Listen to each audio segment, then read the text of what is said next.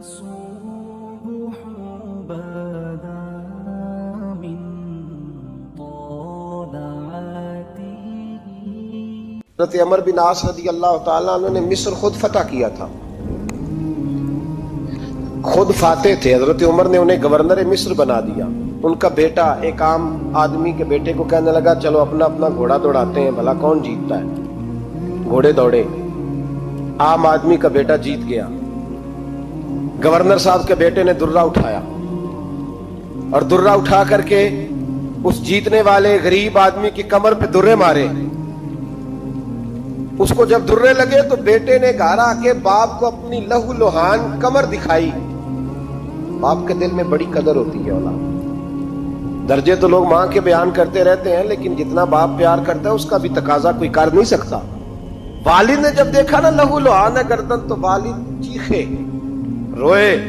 اور پھر پتہ نہیں اگلے 1.5 منٹ میں اس بچے کے والد کو کیا ہوا، اس نے آنسو پونچھے اور بیٹے کو کہنے لگا میرے گھوڑے کے پیچھے بیٹھ. کدھر جانا ہے؟ فرمانے لگے یہ ظلم کا دور نہیں، یہ عمر کا دور ہے. ہاں ایسی بات ہے کوئی جو مرضی کر جائے؟ بیٹھ میرے گھوڑے پہ.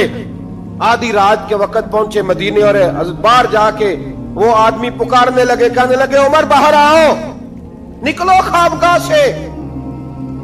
جب غریبوں پہ ظلم ہو تو پھر حکمرانوں کو سونے کی اجازت نہیں ہوا کرتی. باہر آؤ. فاروق اعظم آدھی رات کو اٹھ گیا. کیا ہوا؟ کہا عمر دیکھ، یہ بیٹا جو میں نے اپنے منہ کے نوالے کھلا کھلا کے پالا ہے، ذرا میرے لال کی پشت دیکھ. تیرے دور حکومت میں یہ حال ہوگا. حضرت فاروق اعظم نے کہا جاؤ بلا کے لاؤ فاتح مصر کو. حضرت عمر بن عاص بیٹے سمیت آئے. جناب فاروق اعظم فرمانے لگے مجمع میں کھڑا کر کے، فرمایا کیوں مارا تو نے اس کو؟ گردن جھک گئی. فرمایا تو گورنر کا بیٹا تھا اس لیے مارا ہے؟ اس غریب آدمی کے بچے کو کہا درے پکڑ اور گورنر کے بیٹے کو اس کے سامنے مار، اور اتنے مار کے اسے سمجھ آئے. جب اس کو درے لگ رہے تھے تو لوگ دیکھ رہے تھے. تھوڑی دیر گزری تو حضرت سیدنا عمر فاروق رضی اللہ تعالیٰ عنہ نے فرمایا گورنر مصر کو بھی سزا دو، اس کے کپڑے اتروا کے اسے ٹاٹ کا لباس پہناؤ. لوگ کہنے لگے حضور گورنر صاحب کی کیا غلطی؟ سنو اور یاد رکھنا. حضرت فاروق اعظم کہنے لگے اس بچے کے دل میں بات ڈالی کس نے کہ تو گورنر کا بیٹا ہے؟ کس نے بات ڈالی کہ تو چودھری کا بیٹا اور باقی کمی ہوتے ہیں؟ کس نے سکھایا اسے؟ وہ طاقتیں بھی ہم کچھ لیں گے جو سکھاتی ہیں کہ فلانا بڑا ہے فلانا چھوٹا ہے. فرمایا نا، جب کوئی رسول اللہ کا کلمہ پڑھ لیتے ہیں وہ برابر ہو جایا کرتے ہیں. اس کو کس نے سکھایا؟ کس نے سکھایا اس کو؟ گورنر کو بھی سو. پھر حضرت عمر نے تاریخی جملہ کہا حضرت عمر بن عاص کی طرف دیکھ کے، فرمایا جب اللہ نے ان لوگوں کو آزاد پیدا کیا تم نے کیوں غلام بنا لیا؟ جب رب نے آزاد پیدا کیا تم نے کیوں غلام بنایا؟ عزیزو یاد رکھو جب انصاف کا بول بالا ہوتا ہے پھر کوئی آدمی ڈرتا ہے. یہاں انصاف نہیں ملتا. اور میں آپ خود ایک بات یاد آ گئی. حضرت عمر کا زمانہ تھا تو غسان کے بادشاہ نے کلمہ پڑھ لیا. جو لوگ غریب کہلاتے ہیں نا وہ ذرا میری بات پہ زیادہ توجہ کریں. غریبوں کو سنانے لگا ہوں، غریب ذرا توجہ کریں. غسان کے بادشاہ نے اسلام قبول کر لیا، اور اسلام قبول کرتے ہی وہ آئے حج کرنے. حج کے بعد فارغ ہوئے تو ایک نفلی طواف کر رہا تھا غسان کا بادشاہ شاہ غسان. حج تو خانہ کعبہ میں بھی وی آئی پی پروٹوکول ملتا ہے، آج تو مسجد نبی میں بھی وی آئی پی پروٹوکول ہوتا ہے، یہاں آ کے بھی، یہاں بھی. اور دیکھتے صحیح تو کھڑا کہاں ہے؟ یہاں بھی پولیس والوں نے بازو پکڑے. سوچو تو صحیح، یہ حال کر دیا تم نے مذہب کا. طواف کعبہ ہو رہا ہے اور غسان کے بادشاہ نے جبہ پہنا ہوا ہے باریک اور لمبا. وہ طواف کعبہ کر رہا تھا تو ایک غریب آدمی کا پیر اس کے جبے پہ آ گیا. جب پیر آیا تو اس نے پلٹ کے غریب کے منہ پہ تھپڑ مارا. جب تھپڑ مارا تو اس غریب نے سیدنا فاروق اعظم کی عدالت میں مقدمہ کر دیا. کہا بادشاہ نے تھپڑ مارا ہے. حضرت عمر فاروق رضی اللہ تعالیٰ عنہ نے بادشاہ کو بلایا. فرمایا تو نے اس غریب کو مارا ہے؟ کہا جناب اس نے پیر رکھا تھا. تو فرمایا پیر رکھا تھا تو کیا ہو گیا؟ تو نے کیوں لمبا جبہ پہنا تھا؟ تجھے سمٹ کے چلنا چاہیے تھا. کہا میرے لیے حکم کیا ہے؟ حضرت عمر کہنے لگے یہاں اسے رات میں راضی کر لے ورنہ صبح اسی جگہ اسی کونے میں خانہ کعبہ کے سائے میں وہ غریب تیرے منہ پہ تھپڑ مارے گا اور تجھے تھپڑ کھانا پڑے گا. غریبوں سنو سنو, ساری رات وہ غسان کا بادشاہ غریب کی منت کرتا رہا, تو راضی ہو جا. غریبوں تم سے شکوہ ہے, تم 2-4 لاکھ پہ راضی ہو جاتے ہو. غریبوں تم سے شکوہ ہے, تم انصاف ہونے نہیں دیتے. غریبوں تم تھوڑی تھوڑی بات پہ مطمئن ہو جاتے ہو. تھوڑی تھوڑی بات, جتنے غریب تن ہیں لباسوں سے دور دور, اتنی ہی چادریں میں مزاروں سے چھین لوں, اور جتنے غریب گھر ہیں اجالوں سے دور دور, اتنی ہی روشنی میں ستاروں سے چھین لوں. اتنی تو ہمتیں ہو میری کم سے کم بلند کہ شاہوں کے تاج فخر اشاروں سے چھین لوں. تمہاری زیادتی ہے, تم نے ظلم پروان چڑھایا ہے. جب تم چودھری کے کہنے پر, ایم این اے کے کہنے پہ راضی ہو جاتے ہو, تم انصاف ہونے نہیں دیتے. ڈٹنا سیکھو, کھڑے ہونا سیکھو. جب اسے کہا نا راضی ہو جا, تو وہ غریب کہنے لگا میں راضی ہو جاؤں اور کل تو کسی اور کو بھی تھپڑ مارے. فرمایا جتنی تیرے پاس دولت ہے لا کے قدموں میں رکھ. ہم دولتوں کی پرواہ اس لیے نہیں کرتے کہ ہم نے محمد عربی کا چہرہ دیکھا ہوا ہے. اب میری نگاہوں میں جچتا نہیں کوئی, اس لیے کہ جیسے میرے محبوب ہے ویسا نہیں. تم اثر لینا چھوڑ دو, تم اثر بڑا لیتے ہو. ہاں تمہارے اوپر چیزیں اثر انداز ہوتی ہیں, اس لیے انصاف نہیں ہوتا. ڈٹنا سیکھو, کھڑے ہونا سیکھو. جو بھائی ڈٹ جاتا ہے نا وہ بڑے کمال کر جایا کرتا ہے. ساری رات مناتا رہا. حضرت عمر سے کہنے لگا وہ نہیں مانتا, تو جناب عمر کہنے لگا پھر تیاری کر لیں, ہم بادشاہ نہیں دیکھیں گے, دولت نہیں دیکھیں گے, ہم رسول اللہ کا دین دیکھیں گے, ہم نبی پاک کا نظام دیکھیں گے. وہ بادشاہ رات کو دوڑ گیا, بھاگ گیا, جا کے عیسائی ہو گیا. لوگوں نے کہا اتنا قیمتی آدمی عمر نے ضائع کر دیا. فرمایا چپ کرو, میں نے کوئی چیز ضائع نہیں کی, میں نے تو اپنے رسول کا دین بچا لیا ہے, کوئی شے ضائع نہیں ہوئی. عدل جب تک میں پھر کہوں گا, اس عدل کے نقصان میں ہر آدمی برابر کا شریک ہے. ہم عدل ہونے نہیں دیتے, ہم عدل قائم نہیں کرتے. ہمارا تقاضا ہی نہیں کہ عدل ہو, ہم اپنے آپ کو عدل کے لیے پیش ہی نہیں کرتے, مزاج ہی نہیں. حضرت علی المرتضیٰ ایک جری انسان تھے, اور وہ علی تھے جن پر انسانیت رشک کرتی, اور مولا علی وہ ہستی تھے کہ میرے مصطفیٰ کریم صلی اللہ تعالی علیہ وسلم نے فرمایا اس کے دیدار کو تو فرشتے بھی آیا کرتے نا. بڑا آدمی, اور پھر امیر المومنین خلیفۃ المسلمین حضرت علی. خود مولا علی نے حضرت قاضی شریح کو قاضی بنایا, چیف جسٹس بنایا, اپنے ہاتھوں سے تعیناتی کی. حضرت مولا علی رضی اللہ تعالیٰ عنہ کی زرہ گم ہو گئی. کافی دیر گزر گئی تو ایک یہودی کے پاس وہ زرہ آپ کو نظر آئی. حضرت علی نے ڈائریکٹ اس سے چھین نہیں لیا, حالانکہ امیر المومنین تھے. ہمارے ہاں ڈنڈا بھی بڑا چلتا ہے نا, جو طاقتور ہوتا ہے وہ تو تھانے جاتا ہی نہیں, اس کو ضرورت نہیں, اس نے تو بندے رکھے ہوئے ہیں, اس کو تو پتہ ہے کام کیسے لینا ہے. لیکن حضرت علی نے آئینی رستہ اختیار کیا, قانونی رستہ. قاضی صاحب کی عدالت میں مقدمہ کیا کہ فلاں یہودی کے پاس میری زرہ ہے اور وہ چوری ہو گئی تھی, گر گئی تھی, گم گئی تھی, مجھے دلائی جائے. قاضی صاحب نے بلا لیا یہودی کو, امیر المومنین بھی کٹہرے میں. قاضی صاحب کہنے لگے اس سے کہ زرہ تیری ہے؟ اس نے کہا جی میرے پاس ہے تو میری ہے. قاضی صاحب کہنے لگے حضرت علی سے گواہ آپ کو دینے پڑیں گے, کیونکہ مقدمہ آپ نے کیا ہے, اگرچہ وہ امیر المومنین ہے. سمجھ جو ہے بھائیوں کی, سمجھ آ رہی ہے باتوں کی. گواہ امیر المومنین آپ نے دینے ہیں, کیونکہ مقدمہ آپ نے دائر کیا. تو حضرت علی کہنے لگے میرا بیٹا حسن گواہی دے گا کہ میری ہے, اور میرا غلام کمبر گواہی دے گا. قاضی صاحب کہنے لگے حضور ان کی گواہی درست تو ہے, پر میں نہیں تسلیم کرتا, اس لیے کہ بیٹے تو باپ کے حق میں بولا ہی کرتے ہیں, نوکر تو آقاؤں کے حق میں بولتے ہی ہیں. جائیں کوئی غیر جانبدار بندہ لے کے آئیں جو گواہی دے. تو حضرت علی خاموش ہو گئے, کہنے لگے ابھی میرے پاس ایسا کوئی گواہ نہیں. قاضی صاحب کہنے لگے چلیں پھر آپ یہودی کو راضی کریں, آپ نے کیوں بلا وجہ گھسیٹا عدالت میں, راضی کریں, انصاف کا تقاضا ہے. تو حضرت علی قریب گئے, کہنے لگے بھیا ناراض نہ ہونا, زرہ تو میری ہے, ناراض نہ ہونا, میں نے غلط مقدمہ نہیں کیا. علیحدہ بات ہے کہ میرے پاس گواہ نہیں تو میں کوئی بے انصافی نہیں کر سکتا, تو میرے ساتھ چل, تجھے کھجوروں کا حلوہ کھلاتا ہوں تاکہ تو راضی ہو جائے. وہ یہودی کہنے لگا میں نے قاضی صاحب کا انصاف دیکھا اور جناب علی کا انصاف کے لیے کھڑا ہونے دیکھا, تو میں مولا علی کے قدموں میں بیٹھ گیا میں نے کہا علی جب تیری یہ شان ہے تو محمد عربی کا کیا مقام ہوگا؟ میں نے کلمہ پڑھنا شروع کر دیا. دیکھیں نا تقاضا پورا کیا ہے حضرت علی نے. تو وہ کہنے لگا علی تیرے انصاف کے رنگ نے نا، جملہ یاد رکھنا، کہنے لگا یہودی علی تیرے انصاف کے اس رنگ نے میرے دل سے کفر کی میل دور کر دی، تیرے عدل نے میرا کفر توڑ دیا، کفر. لیکن شرط دیکھیں نا، غریب آدمی ابو ایوب انصاری، ماڑے بندے. اب تو پیر اور مولوی بھی گنجائش نہیں نہ دیتا کسی کو بولنے کی. وہ سیاست دان تو اللہ ہی کی پناہ، وہ تو پتہ نہیں کس طرح سوتے ہیں رات کو، اللہ ہی جانتا ہے. پتہ نہیں کس طرح اپنے آپ کو مطمئن کر کے وہ زندگیاں گزار رہے ہیں، خدا ہی بہتر جانتا ہے.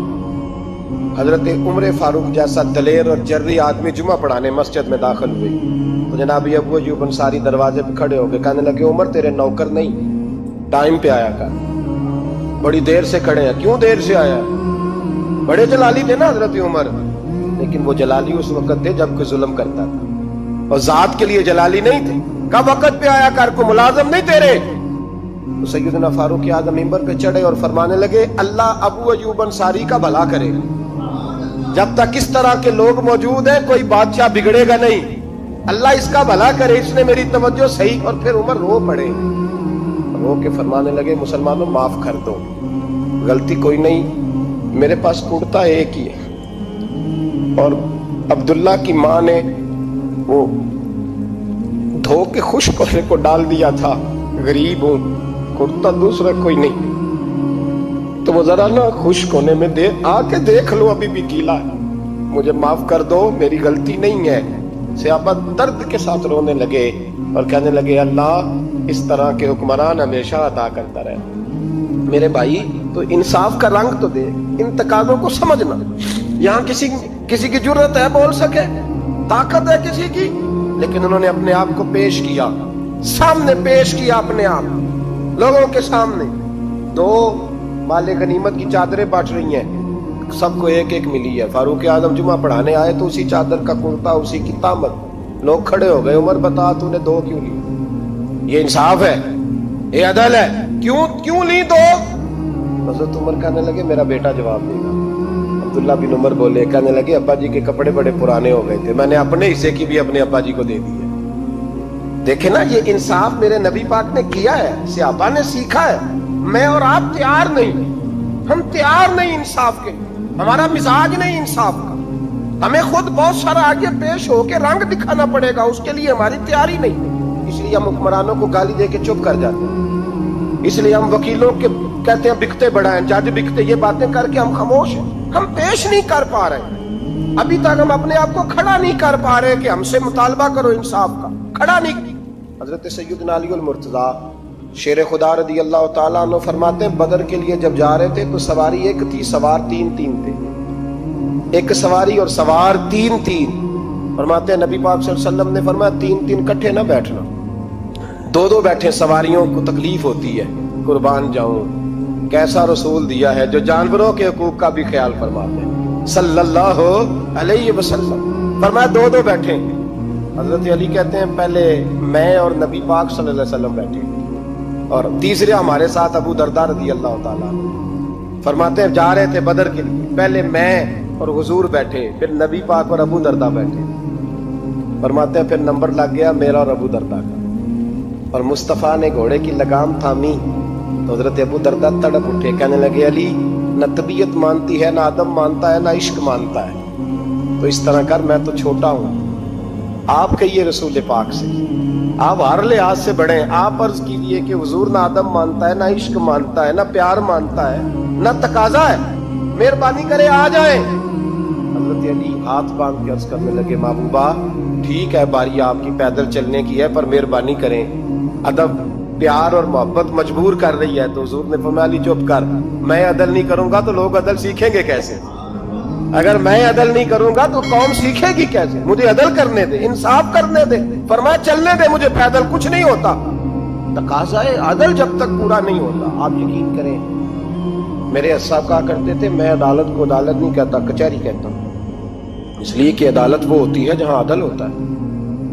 یہاں تو حال یہ ہے، بتائیے وکیل کو نہیں پتا ہوتا کہ جو میرے پاس آیا یہ غلط آدمی ہے، وہ اس کی حمایت کرتا ہے کہ نہیں، اس کے ساتھ چلتا ہے کہ نہیں؟ جھوٹ کے ساتھ آخر تک لڑتا ہے کہ نہیں لڑتا؟ جو گواہ بن کے جا رہے ہوتے ہیں انہیں پتا ہوتا ہے کہ نہیں کہ ہم جھوٹے کی گواہی دینے جا رہے ہیں؟ تو پھر کیا سارا ظلم حکومتیں کر رہی ہیں؟ معاشرہ بھی تو اپنی ترتیب بدلے نا، لوگ بھی تو اپنا رنگ بدلے نا، لوگ بھی تو طبیعت بدلے نا۔ کون منتخب کرتا ہے انہیں ظالموں؟ عوام، اور پھر اس کے بعد شکوہ بھی عوام ہی کرتی ہے۔ خدا را تقاضے سمجھو، مزاج سمجھو، طبیعت سمجھو اسلام کی۔ میرے نبی پاک صلی اللہ علیہ وسلم نے عدل کا بول بالا کیا ہر مقام پر، ہر نقطے پر۔ رسول پاک صلی اللہ علیہ وسلم نے عدل عدل اور عدل کی آواز بلند فرمائی۔ کوئی مقام ایسا نہیں۔ آپ پڑھیے کتابیں، اگر ایک کلمہ پڑھنے والے اور یہودی کا فیصلہ آیا ہے اور نبی پاک صلی اللہ علیہ وسلم نے یہودی کو حق میں سمجھا ہے تو نبی پاک نے یہودی کے حق میں فیصلہ کیا۔ وہ منافق بگڑ گیا ہے، حضرت عمر کے پاس گیا ہے، لیکن حضور نے فرمایا جہاں جاتا ہے جا، فیصلہ وہی کیا جائے گا جو عدل پہ مبنی ہو۔ میرے رسول پاک علیہ الصلوۃ والسلام کے صحابہ کے قریب دنیا داری آ سکی نہیں آئی۔ حضرت ابو بکر صدیق نے پانی مانگا تو لوگوں نے دودھ دیا، فرمایا پیچھے کرو۔ ابو بکر نے نعمتیں چھوڑ دیے۔ اب ابو بکر وہ والا کام کرتا ہے جو رسول پاک نے کیا ہے۔ فرمایا نہ دودھ شاید پیش نہ کرو، جو مانگتا ہوں بس وہ دو۔ حضرت ابو بکر صدیق نے بڑے مالدار تھے۔ حضرت عمر فاروق رضی اللہ تعالیٰ عنہ کے پاس صحابہ کرام جمع ہو کے آئے، کون سا ایسا شخص ہے جس کی تنخواہ میں اضافہ ہو جائے؟ تو لوگ کہتے ہیں نہیں نہیں مجھے نہیں چاہیے۔ پر ہم نے وہ لوگ دیکھے ہیں، حاجی صادق صاحب کو مسجد والوں نے کہا 1000 روپیہ تنخواہ بڑھانی ہے، تو حاجی صاحب کہنے لگے میرا بڑا سونا گزارا ہوتا ہے، مینوں نہیں بڑے نے۔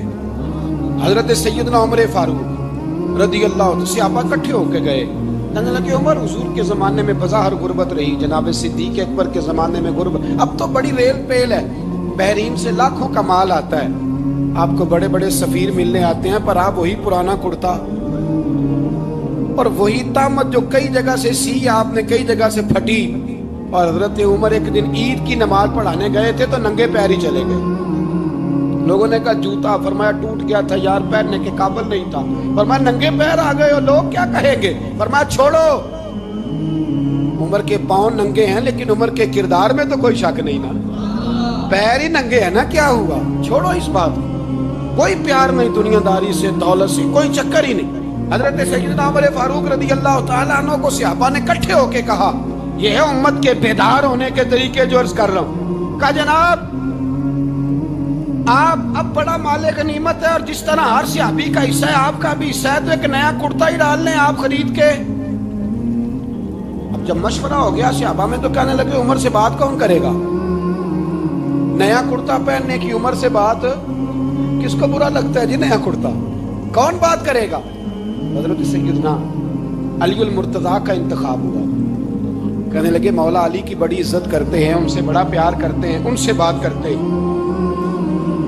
تو حضرت علی کو بلایا گیا، عرض کی حضور مہربانی فرمائیں، حضرت عمر سے کہے نئے کرتے کے لیے۔ آپ فرمانے لگے عمر میری بڑی قدر کرتا ہے، بڑی بات سنتا ہے، پر یہ والا کام نہیں میں عمر سے کہہ سکتا، یہ کسی اور سے کہو۔ تو کہنے لگے آپ رہنمائی کر دیں، کس کو کہیں؟ تو جناب علی المرتضیٰ فرمانے لگے اگر حضرت عائشہ صدیقہ سے کہو گے تو عمر فوراً مان جائے گا، وہ مومنوں کی ماں ہیں۔ صحابہ حضرت عائشہ کے پاس، اماں جی عمر کو بلائیں، ان کو کہیں بڑے بڑے سفیر آئے ہوتے ہیں، وہی پرانے کپڑے پہن کے بیٹھ جاتے ہیں۔ اللہ اکبر۔ حضرت عائشہ نے پیغام بھیجا، فرمایا عمر کو بلاؤ۔ عمر فاروق دوڑے ہوئے آئے، پردے کے پیچھے حضرت عائشہ کے پاس گھٹنوں کے بل، اماں جی دیر تو نہیں کر آیا میں آنے میں؟ حکم ہو، حضور کے گھر سے پیغام آیا، بڑے بڑے سفیروں کو چھوڑ کے بھاگے۔ حضرت عائشہ صدیقہ کہنے لگی عمر دیکھو جائز پیسے ہوں تو اسلام اچھے لباس سے منع نہیں کرتا، اب بڑا بڑا مال آیا ہے، اب تیرا بھی حصہ ہے، تو صحابہ کرام کی خواہش ہے کہ نیا کرتا پہن لو، بڑے بڑے سفیر آتے ہیں، حرج بھی کوئی نہیں، جائز بھی ہے، کو منع نہیں۔ حضرت عمر نے گردن جھکا، جی اماں جی، جی اماں جی، جی اماں جی۔ حضرت عائشہ کہتی ہیں بات ختم ہوئی، عمر نے گردن اٹھائی تو عمر کی داڑھی آنسوؤں سے بھری ہوئی، کہتی ہے مجھے کہنے لگے اماں جی میں تو صرف مسجد میں دیکھا کرتا تھا، آپ تو مصطفیٰ کو دن رات دیکھتی تھی، جس طرح کے کرتے